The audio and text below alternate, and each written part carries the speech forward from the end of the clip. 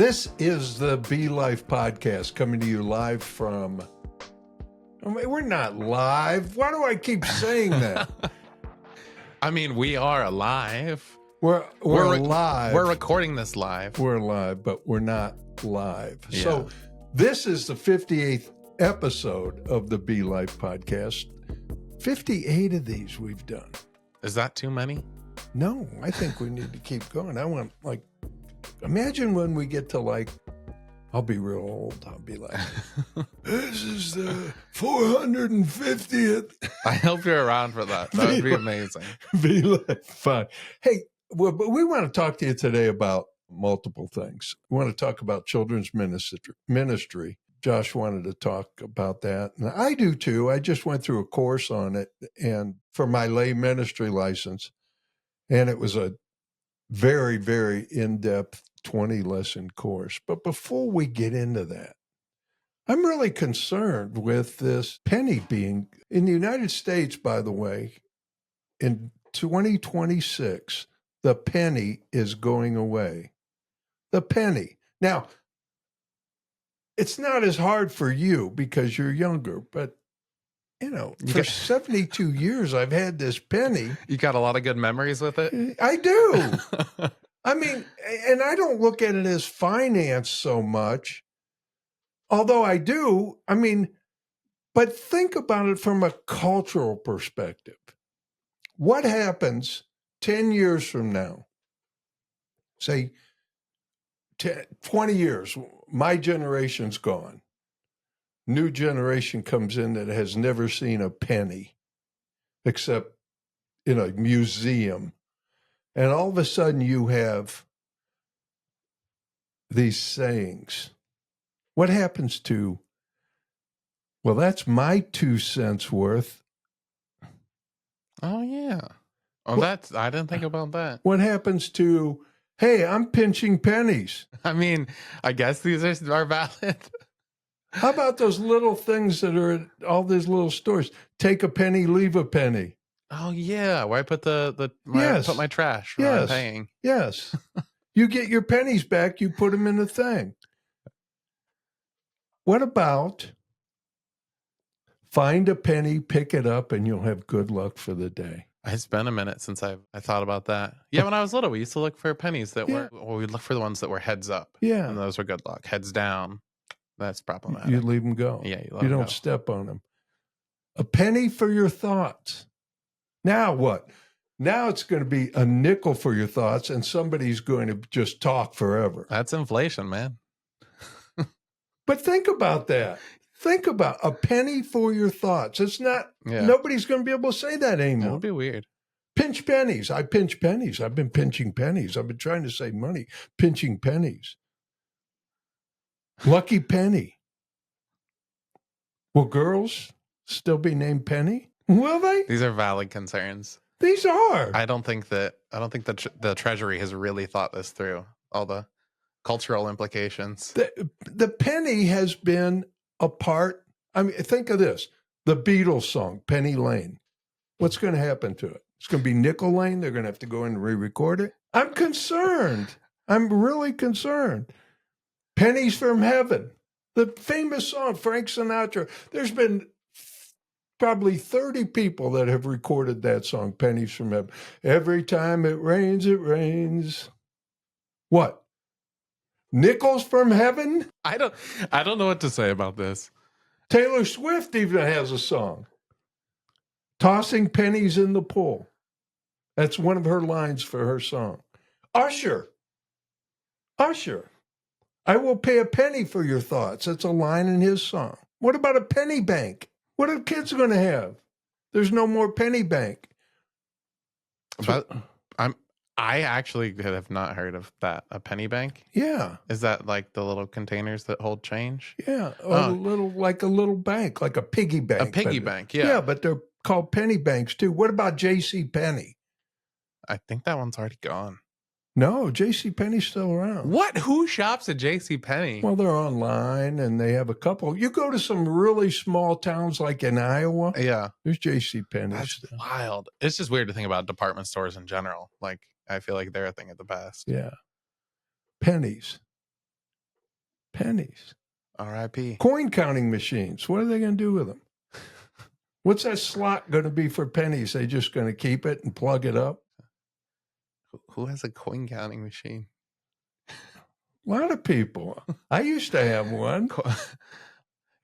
Don't you just, with Coinstar, don't you just like dump them all into one slot? No. Yeah, you dump it in one slot, but it sorts them into like pennies, nickels, dimes. Yeah. And then you put them in those wrappers. I mean, there'll and still you be. take them to the bank. Now you don't have all the penny ones. If everyone stops throwing pennies in the river and they stop raining them from the sky, there'll still be plenty of pennies in circulation. Yeah, but they have to eliminate the song. There won't be that song anymore. But there's no pennies from heaven anymore. There's no pennies from heaven. That's fine. You can't pinch them. You can't pinch them. You can't give a penny for your thoughts. You can't. There's no penny candy. I mean, that has been gone for a minute. Penny candies? You can't buy candy for $1 now. Money Penny. What about Money Penny from James Bond movies? Oh my gosh. I mean, they called her Money Penny. Now what's she going to be in the new 007 movie? She's going to be Money Nickel. It just doesn't have the same ring to it. No. Lucky Penny. I'm seriously distressed over this. I can tell. It's a whole culture. The whole culture is going to collapse. The whole culture. All right, here's another one. A penny saved is a penny earned. Yeah. I didn't realize so much of our culture was being propped up by some copper-plated zinc. Yes. Yeah. I don't know. It's not important to you because you're younger, and Zach probably doesn't care anyway.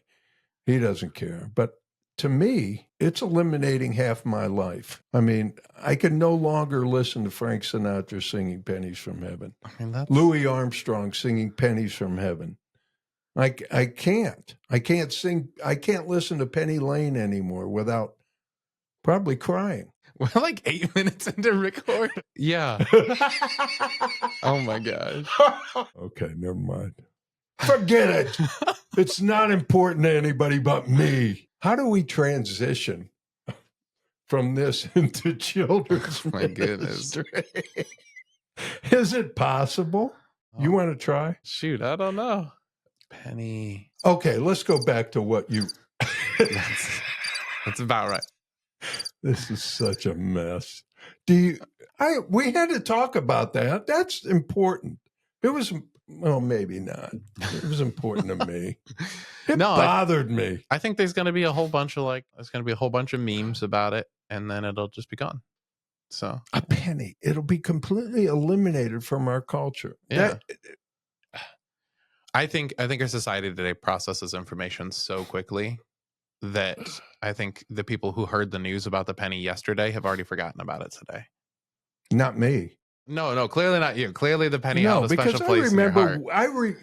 I'm going to take up a little bit more time with this.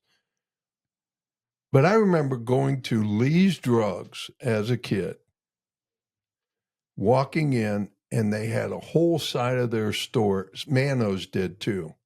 The whole side of their store was penny candy. Yeah. And you could walk in there with a handful of pennies, and you could buy wax lips. You could buy those little bottles that had the little wax bottles that you chew the top off and drink the juice inside. They had the little xylophone wax lips. They had the dots on the paper that you had to chew off the paper, the little dots. I'm thinking to myself, like, man, it would be great to get candy for a penny. Then you're describing the type of candy that they had for penny candy.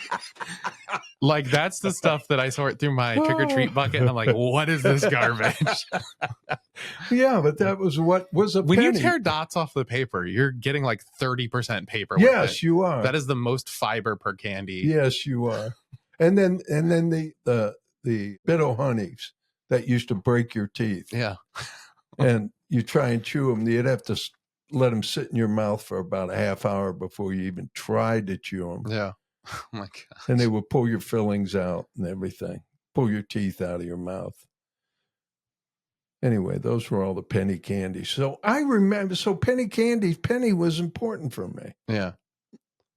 Pennies were all we had. Do you feel like as you've been alive for all these decades that there's genuinely parts of your life that culture is just left behind, that it sort of like actually leaves you pretty bummed? Oh, absolutely. I think neighborhood stores, Yeah. we used to have 4 or 5 little neighborhood stores in our neighborhood, Manos, Lee's, all of these that were in houses. Yeah. People lived above them. And then they had stores and they would cut their own meat, Yeah. chickens, clean chickens. You go up there and that's where you had penny candy and you had all that stuff. And then the local barber shop with like 6 or 7 barbers lined up in it. And every Saturday, everybody in the neighborhood goes there and you watch a little black and white TV and everybody gets in fights about politics and sports and they're arguing and the men spend the whole day there. And my grandfather used to take me to get my hair cut. And I remember when I got the first time I actually requested, excuse me, can I have a Princeton? Princeton was a particular haircut that was kind of like John Kennedy's hair, parted a certain way. Yeah. Hey, can I have a Princeton? I think I was like 10. I got a Princeton. Did you rock that look? Was it for you? I thought I rocked it. It was some serious Brill cream in it. Yeah. Little dab will do ya. You don't remember that? No. I'm not laughing because it's like, oh yeah, I remember. I relate to that. I'm laughing because I'm like, man, Joe is describing this fantasy world. This sounds completely alien to me. Yeah. But like, that's the world that's nostalgic to you. But that's the world in my neighborhood it's wild. I'm not 30, but when I'm like working with the teens or the kids here at church, or like I'm just hanging with them outside of church, outside of ministry, just in an informal capacity, like sometimes I get really humbled about my age. I'm like, oh yeah, I'm young, I know what's going on. And no, the world that they grew up in is entirely different than what I did, and it wasn't even that long ago. And really, this is now we've hit on a great transition for kids ministry. We really have. And there's a quote by Mark Twain that says the 2 most important days in your life, this one. Yeah. Is the day you were born, and the other one is the day you find out why you were born. And I think of young kids, you think of young kids now and what they're going through and the importance of understanding who they are and what their purpose is in life and how important that is in when they're young. We're getting serious now, folks. I'm really serious about this. This is good stuff. When you brought this up, I don't know where you wanted to go with this before I start going down a rabbit trail. No, you're good. So Joe was sharing about this course that he had gone through recently for his education as formal ministry training. And he just seemed very challenged by it. He seemed excited by it. And so whenever I see someone who is super into a subject, when they're passionate about what they're learning and what they're discovering, I want to hear about it, because I think it's so much more fascinating to, rather than, just read it in an encyclopedia, something that kids today don't even know what it is, rather than just reading in a book, to hear it from someone who's passionate about it, that they've discovered this information that is worth something to them. It gets me excited. Yeah.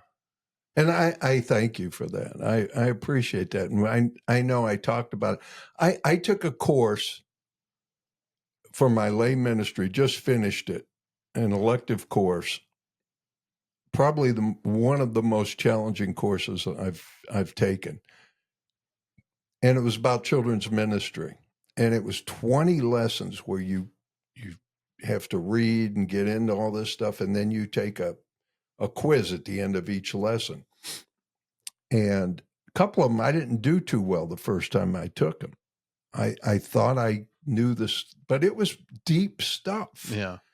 It got into a lot of how John Wesley felt about kids, his philosophy on kids, and it got into a lot of theory about how kids learn and what ages they learn best and everything else. the partnership between church parents and children's ministry leaders, Yeah. which I am. I teach kindergarten and first graders, which is totally, it scared me to death when I first started saying I was going to do that. I was responsible for these kids. And Yeah. but now I absolutely love them and love spending time with them. But I still try and balance the fact that they're kindergarten and first graders, so they need to be entertained, but not neglecting the fact. I would hate to think that I've entertained them and they've had a lot of fun, but they haven't learned about Jesus Christ. Yeah.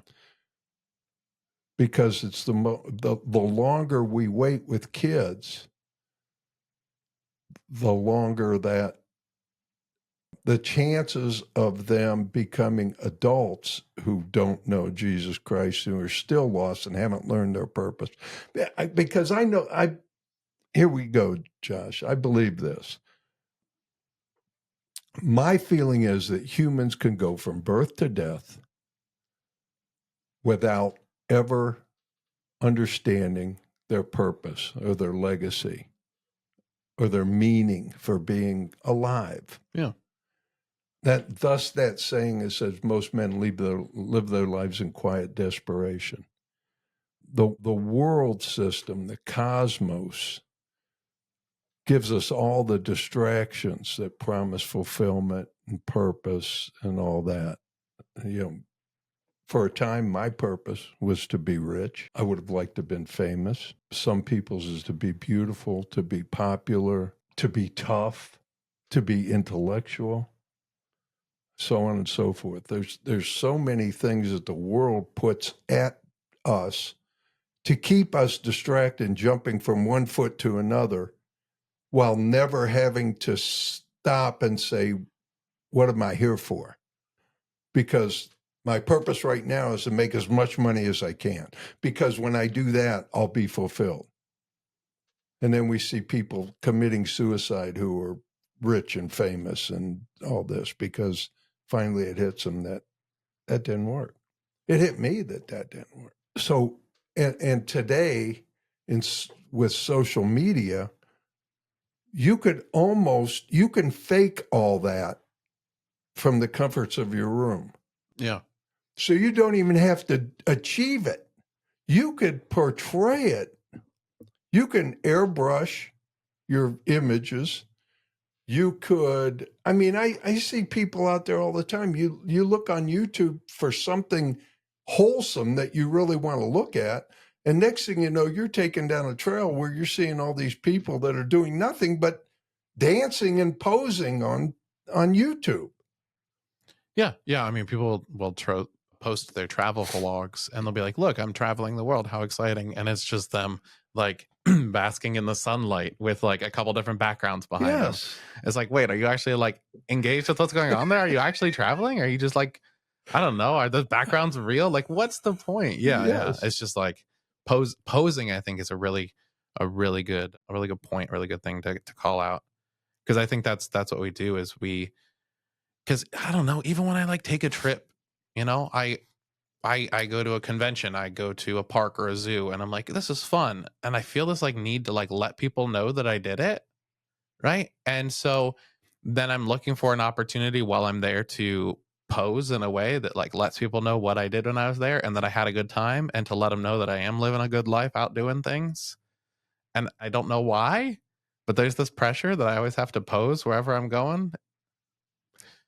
Yeah, I see. That's rough. I never take a selfie, but when I go on trips, people take pictures. Yeah. And then send them to me, and I have them, and I want to have them. I keep them. But I think there's a difference between having some pictures for traveling, because like you're saying, I'll take a picture of it. That's fine. But when your whole purpose is to go somewhere to take a picture, to show people, how carefully coiffed you are, and what clothes you're wearing, and and all that stuff. I guess what I'm saying is you used to have to, there was a time when you had to earn, if you wanted to be rich, you had to be rich. Yeah.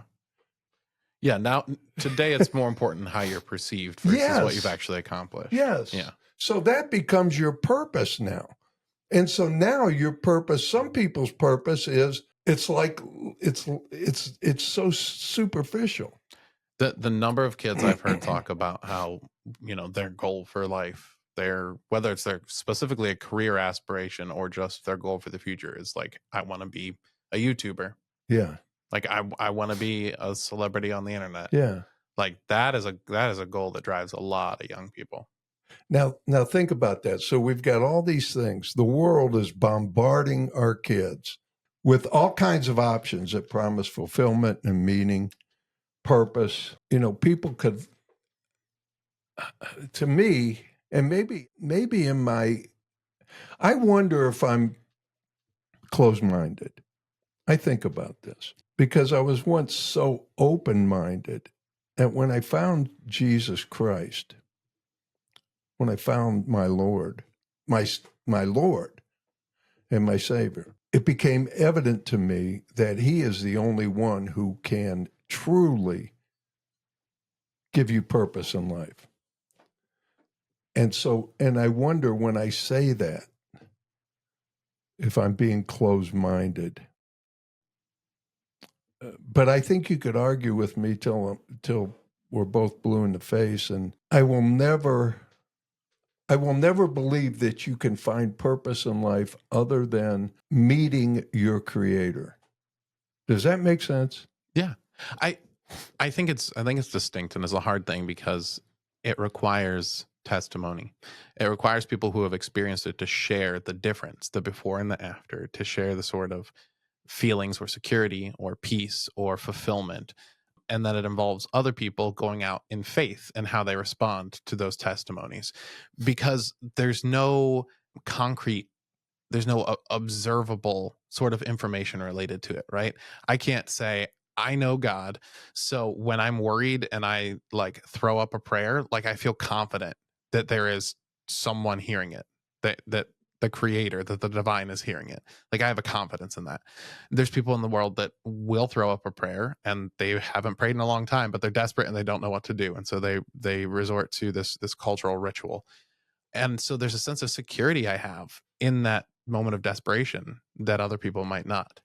When I think about like what my purpose is in life, and I think about the mundanity of some of the things that I do in life, and to just be like, yeah, but that's how I'm playing my part in my bigger role, because I'm a part of the kingdom of God, and that has to permeate all these different aspects of the world. And I feel fulfilled in those little boring things. And I other people can find fulfillment, other people can find purpose in their life. I think that my fulfillment and my purpose is deeper because of my relationship with the divine, based on the conversations I've had. And so I'll continue to be a witness of that.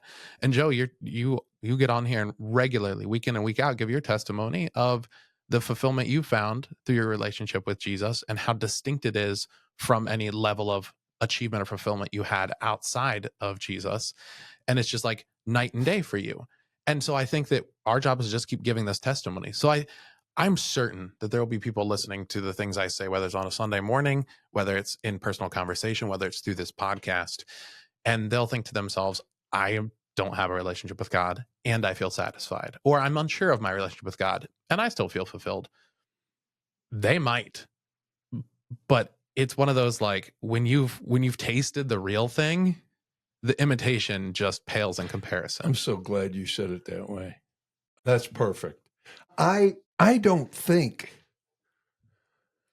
here's the part that I don't think anybody could be fulfilled long in the world without an anchor, without knowing who created you and why you're here. I mean, ultimately, if you make a lot of money, if you're famous, if you're this, if you're that, if you're a great athlete, if you're all these things, ultimately, you're not going to be fulfilled forever. There's a day you're going to retire. Yeah. There's a day you're going to get hurt playing athletics and you can't play anymore. There's a day when you realize your money didn't buy you good health, and you're getting old still. Yeah.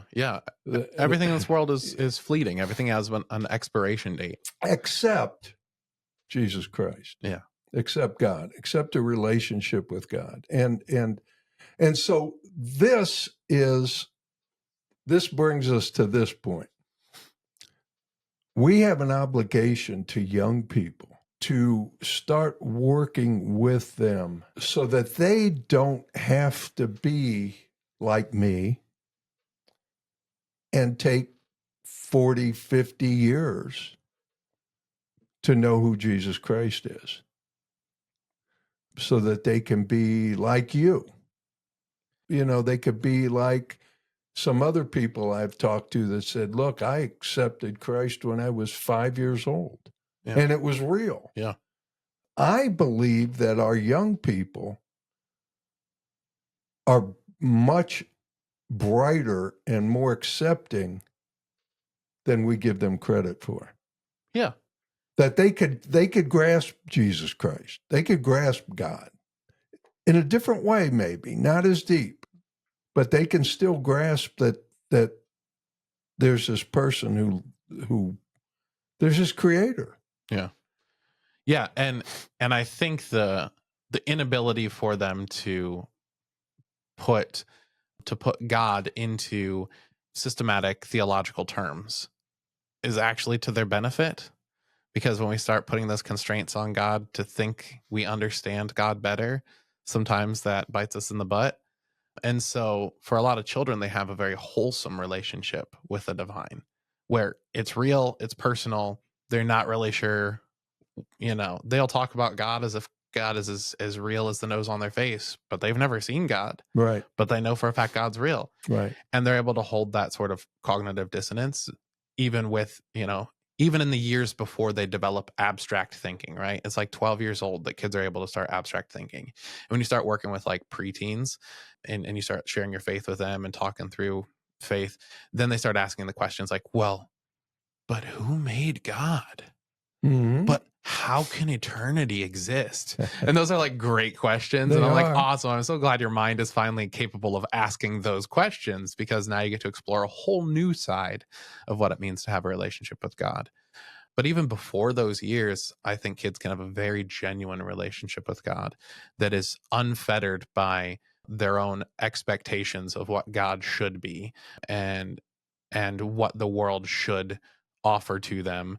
And it's so much more wholesome, and it just accepts God as God is. And I think that's why Jesus said, like, if you want to be a part of the kingdom of God, be like these little children. Yes. Have that sort of relationship with me, have that sort of trust and love and peace in me. I was reading something, and I wanted to share this with you. I part of my study got into the brain development of children. Yeah. And I read this, and this was from a research thing, and it said, at about 2 years, the electrical connections in the brain that stimulate learning, the synapses, form a faster rate than at any time in life. So at 2 years old, that's probably why you get the terrible twos. But yeah, they just got big feelings. Yeah. So at the synapses start firing and connecting faster than any time in life at 2 years old. By 3, these synapses number 1,000 trillion, about twice the number of an adult brain. So at 3 years old, these kids are firing. Their brains are going. They're absorbing things that probably they don't even realize they're absorbing, that are going to stay in their brains and last. And then it says, the brain continues to develop at a rapid pace until about the age of 10, with the distinct parts of the brain developing at hyperspeed at various times. Now, this is the interesting part. So, the brain is expanding like crazy. It is developing until they hit 10 years old. And this is what they said from MRIs and all this. The brain then sheds those connections it does not need. If a connection is used over and over through the repetition of words, experiences, or actions, it becomes a part of the permanent structure of the brain. If the connections are not used, they disappear. Did you find that amazing?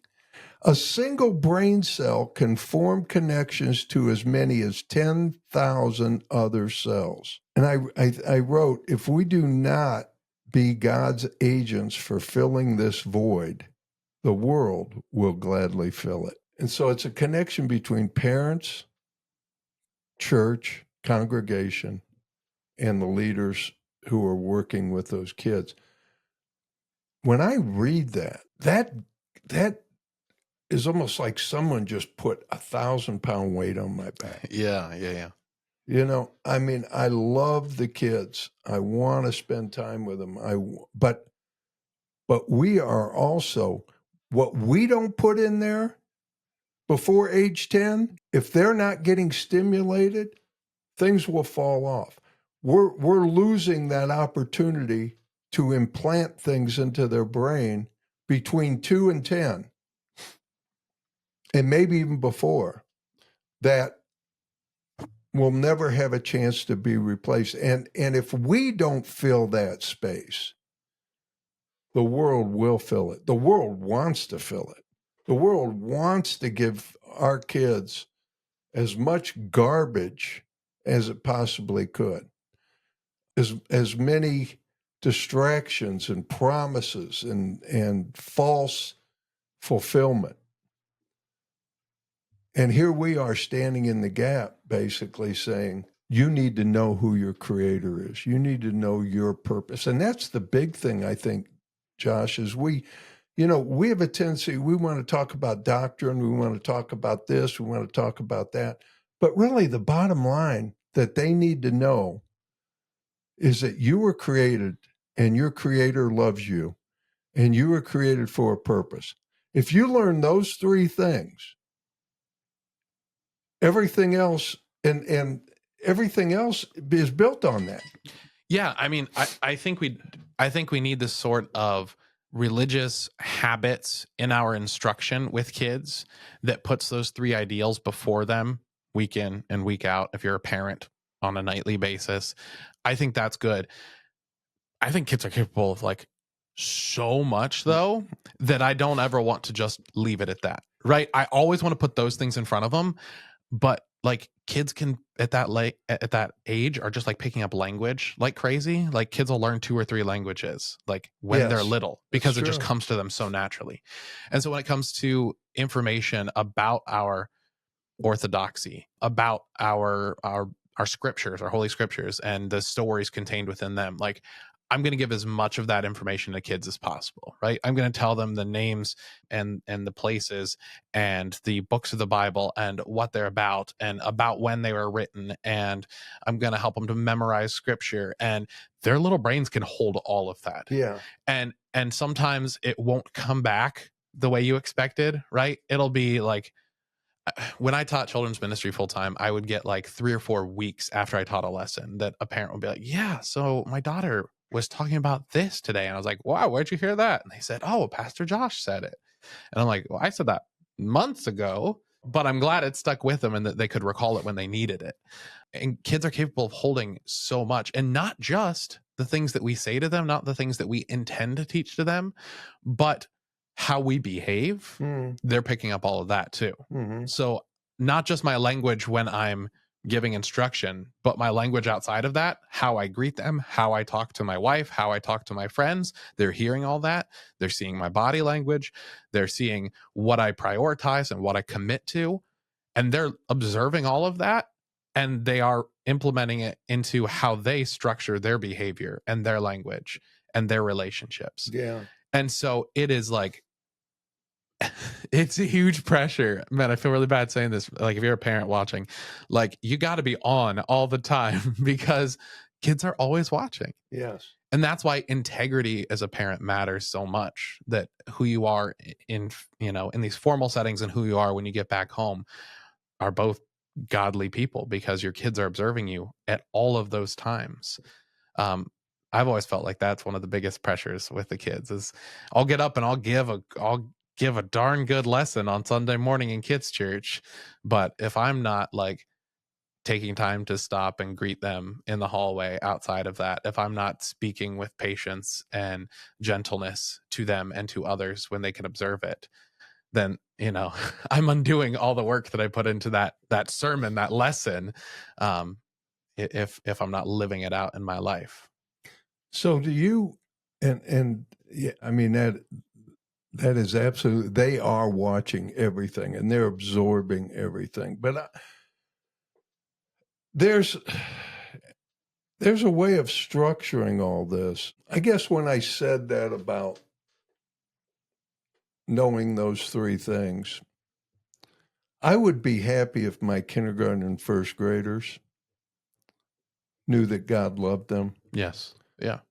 Knew that they have a purpose. Knew that their creator loves them. Yeah. And I think, and then as you go along, like I think the Wesleyan tradition, John Wesley, there was a time when kids were pushed aside. Absolutely. Because they were considered kind of irredeemable at this point until they reached the age of accountability. Like I went through catechism and everything. Before I went through catechism, I was basically kind of worthless in the eyes of the church. There was infant baptism and that kind of stuff, but basically you had to be confirmed. Dude, one of the things that used to really get under my skin when I was in children's ministry full time is when people would refer to it as childcare. And I'm like, dude, I'm not babysitting your kid. Your kid has more biblical knowledge than you do. It has more biblical knowledge, has more scripture memorized than I do. Like your child is capable of so much. I'm not just here, occupying their time so that you can get in your church. Yes. Like your kid has a robust relationship with Jesus. Praise God. Yeah. Like have some respect for that. And so that used to like really get under my skin. But John Wesley came along with prevenient grace. He came along with infant baptism and the whole thing, and it kind of opened the door. His whole philosophy, because of all that, was that children were an integral part of worship. So now let me ask you this. I believe it's important, and we talked about this, and I agree with you. You brought this up, not me, but I agree with you on this, that we need to incorporate kids. See, I think we do a great job here at Canton Nazarene.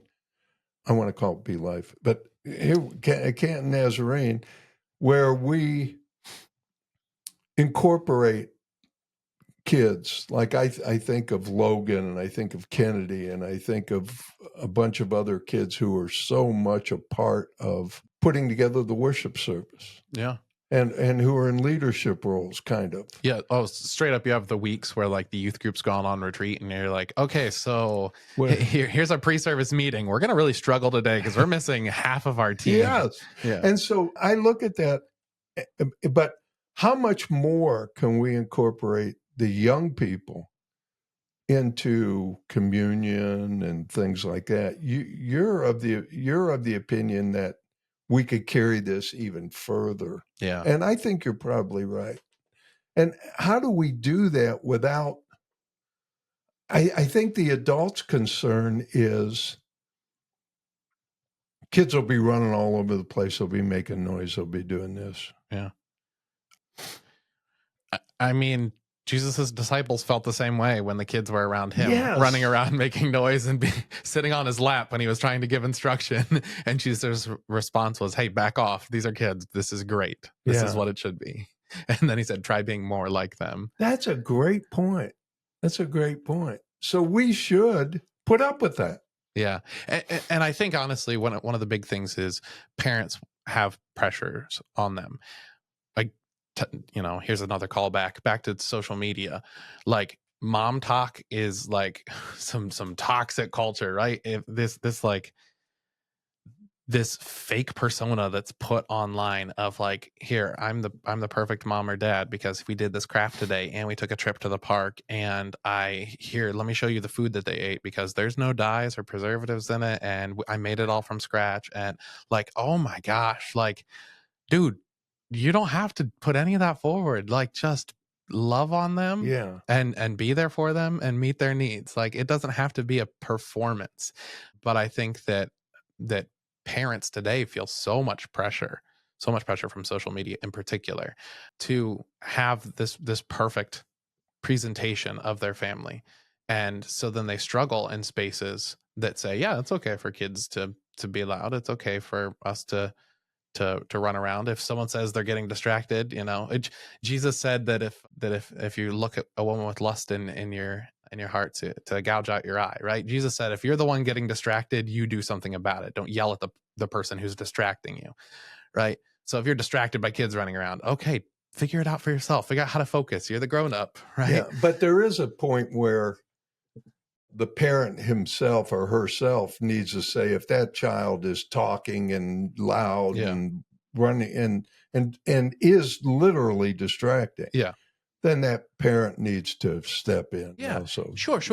Absolutely. Yeah. But I don't think there should be any sort of pressure on that, right? And we as a church community should do that together. And I think it's a beautiful thing when I see like, church members stepping in to be like, yeah, of course I'll sit with your kid while you're up on stage, or anything like that. We do that well. I think so. I think that there's certainly a heart for that attitude towards kids in our church community. My challenge to our church community, my challenge for myself, is to exercise that. So not just to say, yeah, of course I'd be willing, but to go out of my way to say, hey, I hope you're coming to this, and if you need, I can sit with you and hang out with your kid, or go out of my way to like help a parent whose kid, who has one kid running and the other one throwing a tantrum in the foyer. Like, I'm going to go help them. And it's, even outside of Sunday morning church, just in life, to be there, to step in. It's always a challenge to myself and to other members of our church, not just to have the heart that's willing, but to step forward and let them know you're willing, and to find opportunities to help out. And I think it's just about exercising that, right? It's creating a culture where the people that are part of it know that it's acceptable, that the people in the culture know that we're all, it takes a village, right? And we are that village. So everyone chip in. And it's always a little messy when you first try and like change a culture to be like that. Like, you're going to go through struggles. And so, if a church doesn't have like family worship Sundays where the family comes in together and they say, all right, we're going to start this, the first one's going to be chaotic. The first dozen are probably going to be a little rough. And then you'll build a culture, and people will learn, and people will adjust. And I think it's worth the road bumps along the way. Yeah, I think we are, you have Andy, Jimmy. I think we've created a school for kids on Sunday, a time of worship for them that I think is meaningful, and I think is accomplishing things, is accomplishing learning, is filling kids with knowledge and the important things about Jesus Christ. But and I don't mean but I'm going to say but 3 times, as a matter of fact, incorporating them into the worship every month, or every other month, or whatever, bringing them into the worship center, I think would be interesting. The dynamic would be pretty wonderful. I worry about, does pastor need to change? Does he have to change a message if kids are brought into the, and that's a problem, because you don't want to scare them. Yeah. You don't want to present things that alienate them from God. Yeah. You don't want to talk about things that, you talk about adultery, you talk about things like that in your sermon. Yeah. So it's a tough call. Oh yeah. There's a cost to it. There is a cost it takes for the sermon an adjustment. It takes for the host team an adjustment. It takes for the parents an adjustment. There's a cost. I think it's worth it. And again, this comes back to like, kids will learn a lot. They're like sponges. They'll soak up all these things during your time of instruction, during your sermon, during your lesson. They are learning the entire time, right? And so even if the lead pastor's message, you think it goes right over their head, they're going to pick up on a detail here or there. It's still a wildly beneficial experience. Absolutely a positive, formative experience to stand next to mom and dad while they're singing, while they're praying, while they have their Bible open or their Bible app open. Like, to watch them doing it, great. Now I see, yeah, this is what mom and dad do. This is what I do in kids' church. Cool. I'm being like them. Because the parents are the hero to most kids, right? Yeah. When I was a kid, you'd ask me who my hero was. Yeah, it's my dad. Yeah. Look, he's like the coolest guy. Yeah. My dad's not the coolest guy. My dad's a dork. I love my dad, but he's not some superhero, but I thought he was a superhero. Yeah. And like, kids look up to parents. And so if a kid sees their hero lifting their hands in worship, bowing their head in prayer, focused on the sermon and reading from the scriptures, that changes the way they view worship, prayer, sermon, scripture. That's a great point. I have seen this, and I've commented to people.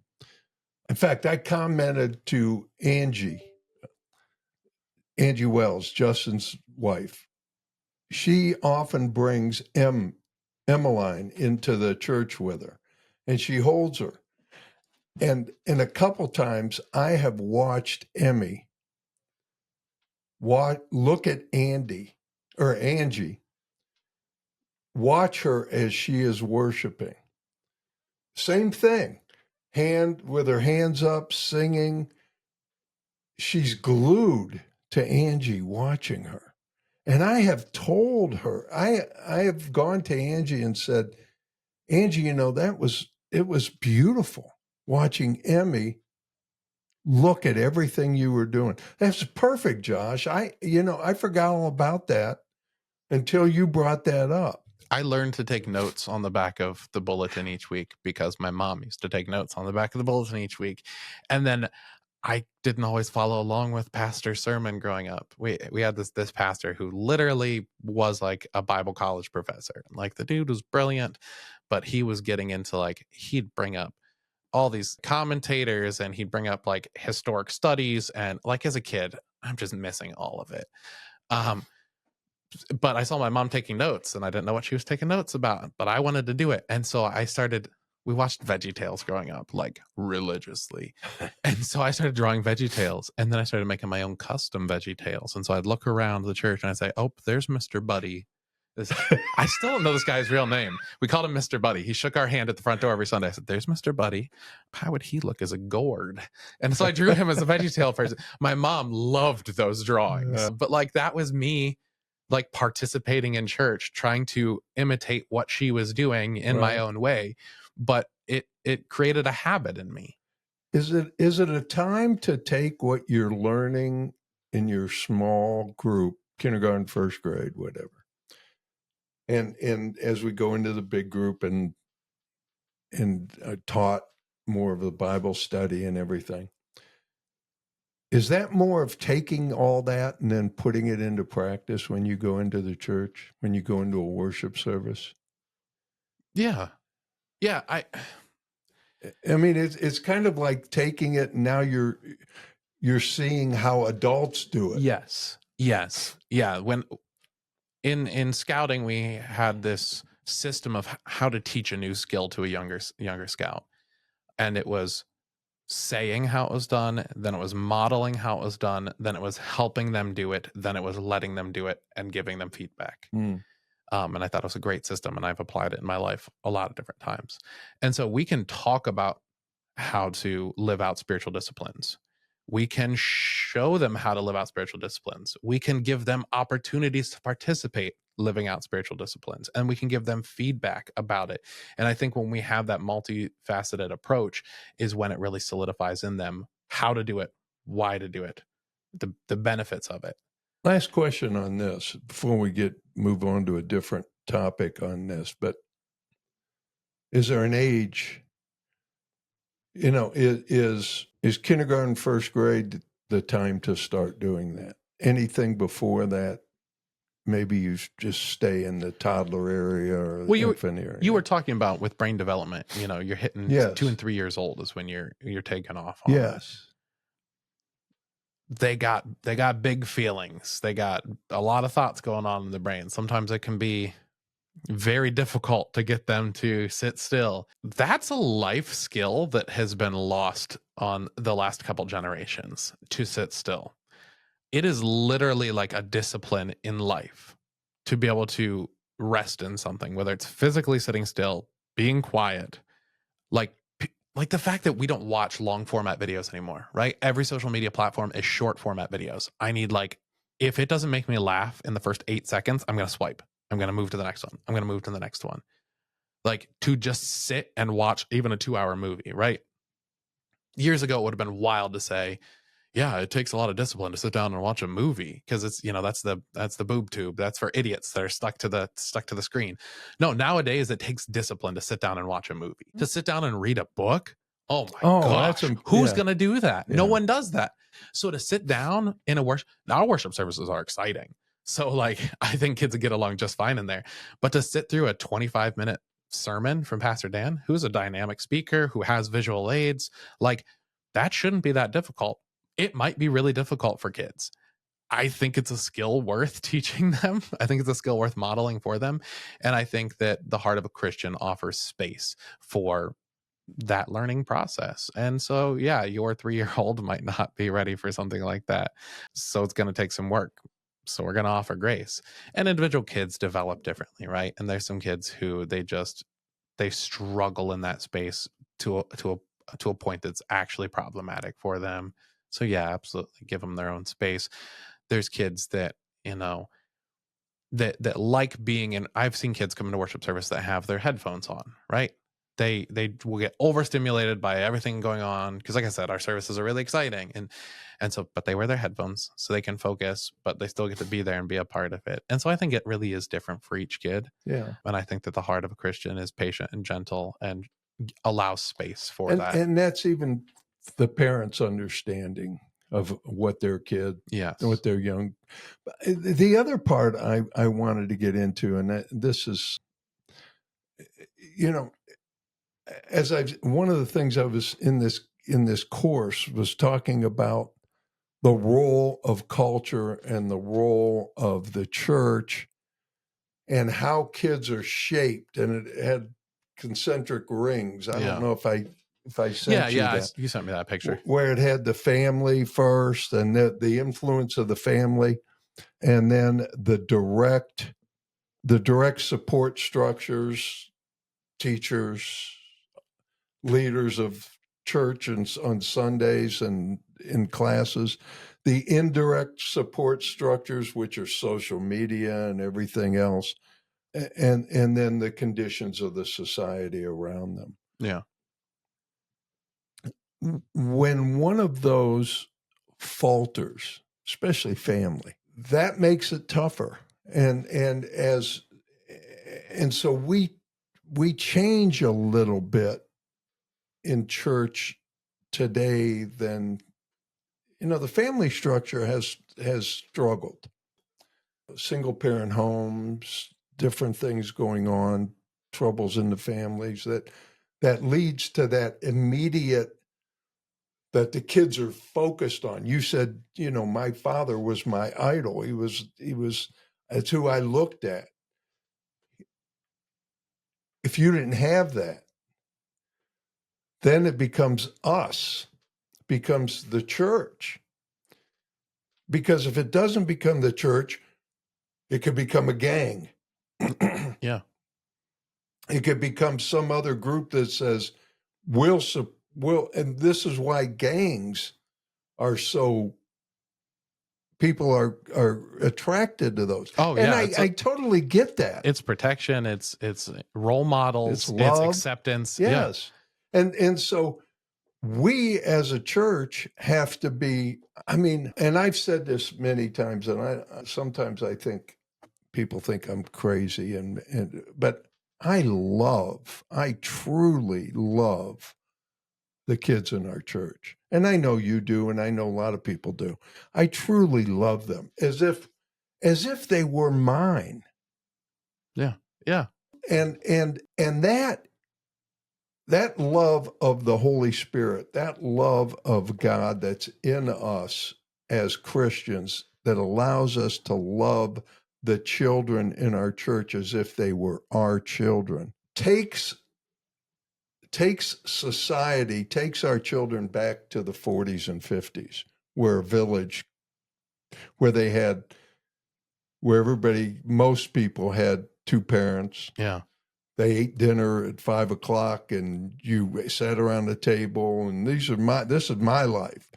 And everybody in the neighborhood raised you, and they had, all the doors were open, and they had free reign to discipline you just like your parents did. We were raised in that environment.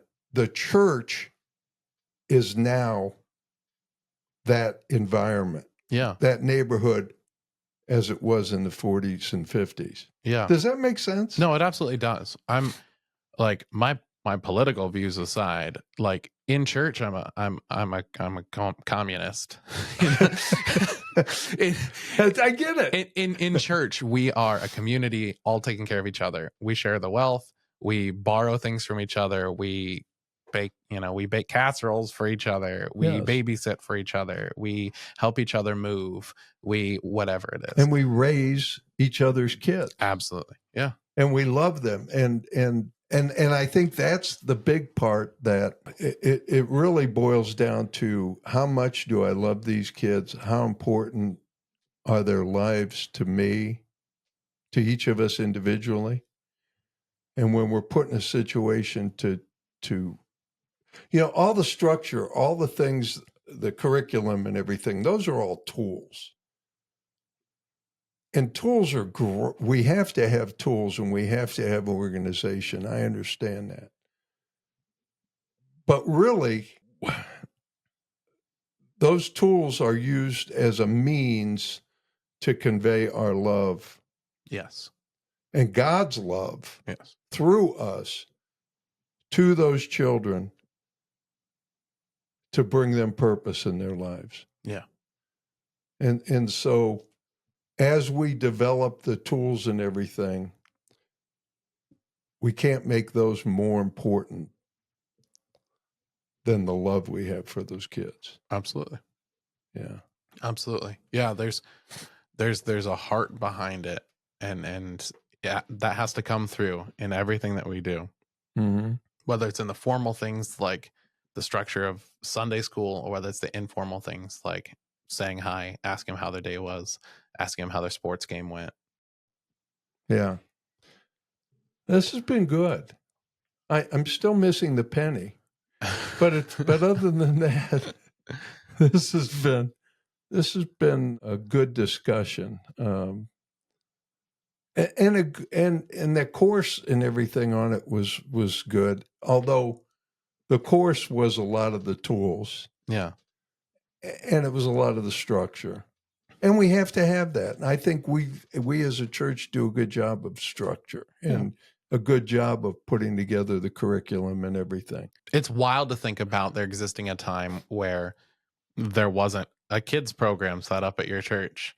Like, that's crazy to think about. But like, thank God for John Wesley and the Methodists. Yeah. Thank God for Sunday school and all that it contributed to our kids' development. And now we take it for granted, but it's an important thing to have those tools that have been worked out through the years, that experts have contributed to apply them well. I think it makes a world of a difference in the development of a kid. I'm only a part of this church community because when Pastor Dan, our lead pastor, was children's pastor years ago, he had a big influence on my wife, Hannah. And so when we were looking for a church, we heard, yeah, your old children's pastor is now lead pastor. All right, let's check it out. Wow. And so that's why we're here. So establishing those relationships, doing the work, like has ramifications. It makes waves in the lives of young people. And it might be, you might see it in that moment, you might see it months from now, you might see it years and years from then, but it makes a difference in their life. You know what I was thinking, and I'm going to end it with this because I know we're over, but I actually lay in bed at night, and I was doing this last night, and it didn't come to my mind till just now. But I lay in bed, and if God keeps me on this planet for another 15 years, I was laying there and thinking, wow, what's it going to be like in 15 years from now to see Sarah, to see Caleb, to see Grady, to see Logan, to see where Logan is I picture him a minister somewhere, a missionary somewhere or something. And to picture all the kids that I'm teaching now as teenagers. Dude, what the thing that always happens is like, then they have kids of their own, Yeah. and then they'll be like, I remember Joe, I remember, insert your name here, and how important they were to me. Now that I have kids, like, we got to get them in kids' church. We got to get them in church. It makes a difference. Yeah. Thank you for this. This has been good. This has been interesting. Yeah, I think it's a conversation worth having. Yeah, thank you. I want to thank you, and I'm not going to take this and end this. I just want to thank you for being with us, and then I'm going to turn it over to Josh because he does a much better job. I don't even want to try. If you're watching us on YouTube, I want to say thanks for being here. If you could give this video a like, smash that like button, hit the subscribe, ring the bell for notifications. You know the things. It's a free way for you to show your support for the channel, get this message out to more people, have more people talking about it, because the conversations we have on here, we believe that they're important. If you're listening to us on Spotify or Apple Podcasts, if you could give us a follow, a rating, and a review, we always appreciate it. Send this podcast along to someone else that you think it would be good for them to hear it. Thank you so much for being a regular watcher, regular listener. Stay tuned for some updates. We're planning on mixing some things up here in the near future. We'll just leave it at that. So we'll see you next time.